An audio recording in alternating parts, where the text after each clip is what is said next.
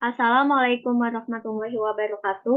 Kami dari kelompok 10 yang beranggotakan saya sendiri, Asif Elsanur Rahmaludis dengan NIM 4322001001. Dan dua rekan saya yaitu Saya Raini Rahadatul Aisi dengan NIM 4322001085. Saya Fadila Putri Kameliani dengan NIM 432200100150. pada video kali ini, kelompok kami ingin menjelaskan mengenai financial distress. Kesulitan keuangan atau financial distress merupakan tahap awal sebelum terjadinya kebangkrutan suatu perusahaan. Financial distress juga dapat didefinisikan suatu kondisi keuangan perusahaan yang mengalami kesulitan likuiditas yang sangat parah sehingga perusahaan tidak mampu menjalankan operasi dengan baik. Definisi dari financial distress seringkali dikaitkan dengan kebangkrutan. Kebangkrutan biasanya diartikan dengan kegagalan perusahaan dalam menjalankan kegiatan operasionalnya untuk menghasilkan laba dan kegagalan dalam membayar kewajiban. Kebangkrutan juga sering disebut likuidasi atau penutupan perusahaan. Menurut Brigham dan Gepensky 2008 nomor 2, kebangkrutan dapat diartikan dalam beberapa cara, tergantung masalah yang dihadapi oleh perusahaannya. Pertama, kegagalan ekonomi, yang kedua, kegagalan usaha, yang ketiga, insolvensi teknis, yang keempat, insolvensi dan kebangkrutan, dan yang kelima, kebangkrutan secara resmi. Financial distress atau kesulitan keuangan dapat diakibatkan oleh beberapa penyebab yang bermacam-macam. Awal terjadinya financial distress dapat bermula pada saat arus kas yang dimiliki perusahaan lebih kecil dari jumlah utang jangka panjang yang telah jatuh tempo. Hal ini mencerminkan bahwa perusahaan tersebut tidak mampu untuk memenuhi pembayaran kewajiban yang seharusnya dibayar pada saat itu juga. Selanjutnya ada analisis G-score. Analisis G-score menurut Hanafi, Mamdu, dan Halim pada tahun 2003 adalah model prediksi kebangkrutan sudah dikembangkan ke beberapa negara. Variabel yang digunakan dalam model meliputi working capital to total asset, return net earning to total asset, earning before interest tax to total asset, market value of equity to book value of total liabilities, sales to total asset. Kelima rasio yang digunakan tersebut ternyata bisa digunakan untuk mendeteksi kebangkrutan perusahaan. Tujuan analisis G-score. Menurut Hanafi, Mamdu, dan Halim pada tahun 2003, memberikan beberapa tujuan dari analisis G-score dilihat dari manfaat informasi kebangkrutan pada beberapa pihak, yaitu yang pertama, pemberi pinjaman seperti pihak bank. Informasi kebangkrutan bisa bermanfaat untuk mengambil keputusan siapa yang akan diberi pinjaman dan untuk kebijakan memonitor pinjaman yang ada. Yang kedua, investor. Investor saham atau obligasi yang dikeluarkan oleh perusahaan tentunya akan sangat penting untuk melihat kemungkinan bangkrut atau tidaknya perusahaan yang menjual surat berharga tersebut. Selain itu, juga prediksi kebangkrutan ini untuk melihat tanda-tanda kebangkrutan seawal mungkin dan kemudian mengantisipasi kemungkinan tersebut. Yang ketiga, akuntan. Akuntan mempunyai kepentingan terhadap informasi kelangsungan suatu usaha karena akuntan akan memiliki kemampuan going concern suatu perusahaan. Yang keempat ada manajemen. Kebangkrutan berarti munculnya biaya-biaya. Hubungan antara analisis diskriminan dengan penentuan kebangkrutan pada perusahaan. Dengan mengetahui nilai Z, dapat diketahui apakah perusahaan menghadapi masalah yang serius atau tidak. Dengan analisis J-score, manajemen dapat memprediksi bagaimana prospek perusahaan di masa mendatang dalam menjaga kelangsungan hidup perusahaan, dan risiko kegagalan semakin berkurang. Tujuan menghitung nilai Z adalah memperingatkan adanya problem keuangan yang membutuhkan perhatian serius dan pengarahan bila nilai Z lebih rendah dari nilai Z yang diharapkan. Maka kita harus memeriksa apa yang menjadi penyebabnya. Model G-score dapat membantu menganalisis dan mencari masalah yang berpotensi dari perusahaan yang akan melakukan merger membantu pengambilan keputusan pemberi kredit atau membantu pengambilan keputusan memberi kredit atau membantu investor untuk memilih saham-saham perusahaan yang mungkin beresiko. Langkah-langkah untuk mengevaluasi hasil perhitungan nilai Z dapat dilakukan. Yang pertama, membandingkan nilai Z terakhir dengan nilai Z tahun sebelumnya. Jika terjadi penurunan, maka dicari penyebab penurunan nilai tersebut. Yang kedua, dengan mengadakan perbandingan nilai Z perusahaan yang dianalisis dengan perusahaan lain. Selanjutnya akan dijelaskan oleh Fadila. Model Altman-Zikors.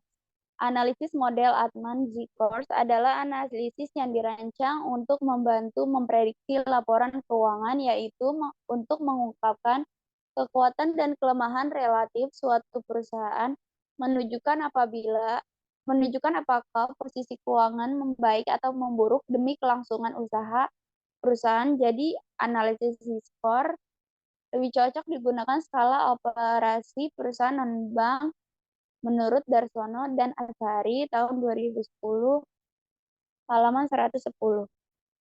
Model Z-score pertama Altman digunakan untuk memprediksi kebangkrutan pada perusahaan-perusahaan terbuka manufaktur yang telah listing di bursa saham. Model ini diciptakan pertama kali oleh Altman pada tahun 1968 dengan metode multiply diskriminan analisis untuk mengetahui besaran koefisien setiap variabel dalam model Z-score-nya menurut Harry tahun 2017 halaman 37. Rumus metode Altman. Z sama dengan overall index X1 working capital dibagi total aset, X2 retained earning dibagi total aset, X3 earning before interest and tax dibagi total aset, X4 book value of equity dibagi total liabilities.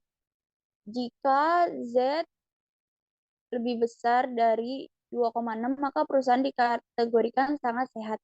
Jika Z kurang dari 1,1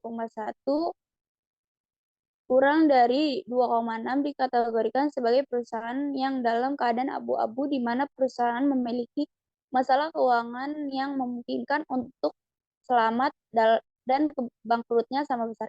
Jika Z kurang dari 1,1 dikategorikan sebagai perusahaan mengalami financial distress. Rumus metode Springate.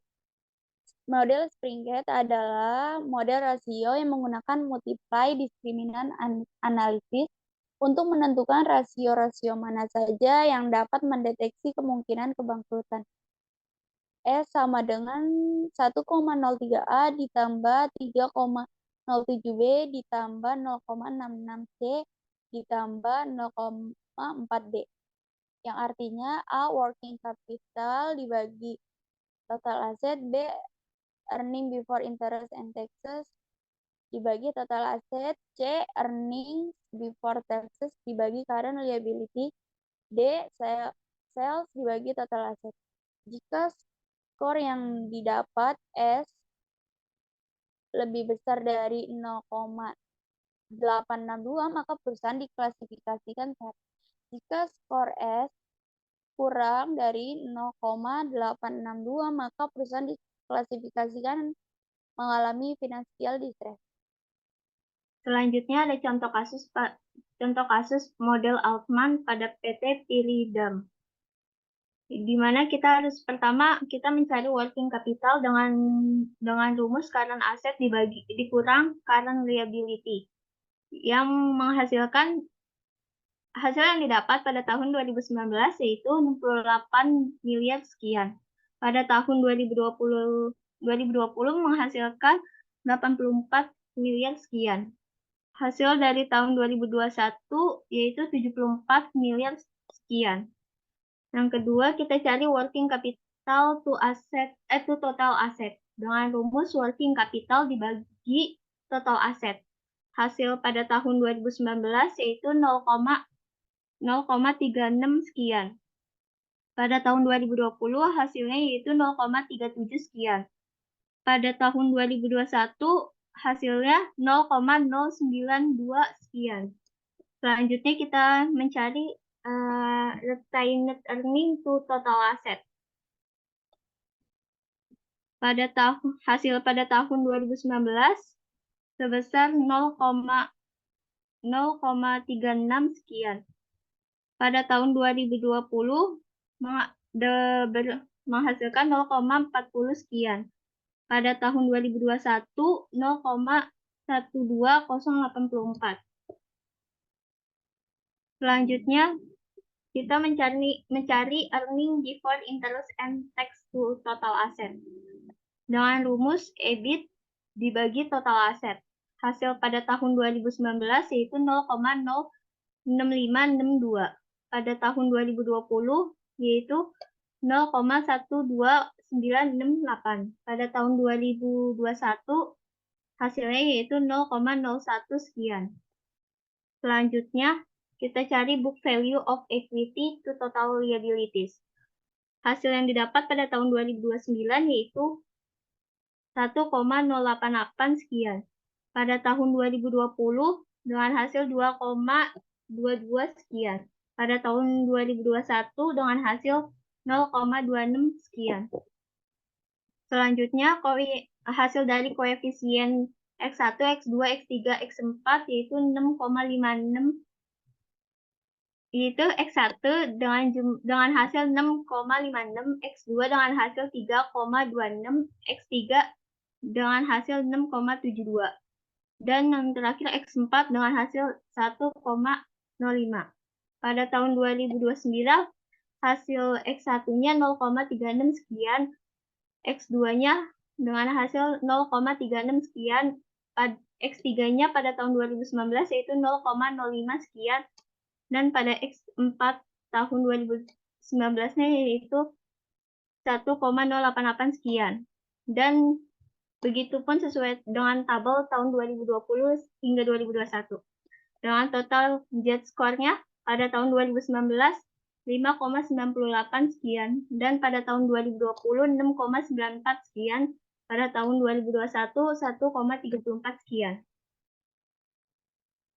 Hasil interpretasinya, nilai Z-scores lebih dari 2,6 dinyatakan perusahaan sehat. Nilai Z-scores 1,1 sampai 2,6 dinyatakan perusahaan tersebut berada di gray zone, sedangkan di bawah 1,1 dinyatakan perusahaan mengalami financial distress. Berdasarkan tabel di atas, nilai Z-scores PT Priridam mengalami peningkatan dari tahun 2019 sampai 2020 karena nilai tersebut lebih dari 2,99. Nilai tersebut menunjukkan perusahaan tidak mengalami masalah kondisi keuangan dari tahun 2019 sampai 2020, melainkan perusahaan menunjukkan kondisi keuangan yang sangat baik dari tahun-tahun sebelumnya.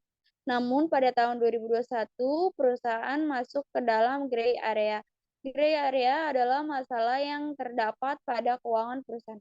Hal tersebut terjadi karena nilai Z-scores pada PT Piridam turun sebesar 5,6, yaitu dari 6,9 ke 1,3.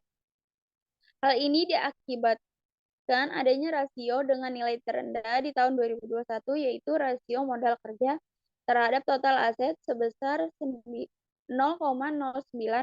saldo laba terhadap total aset sebesar 0,12, EBIT terhadap total aset sebesar 0,01, dan total modal terhadap utang sebesar 0,26.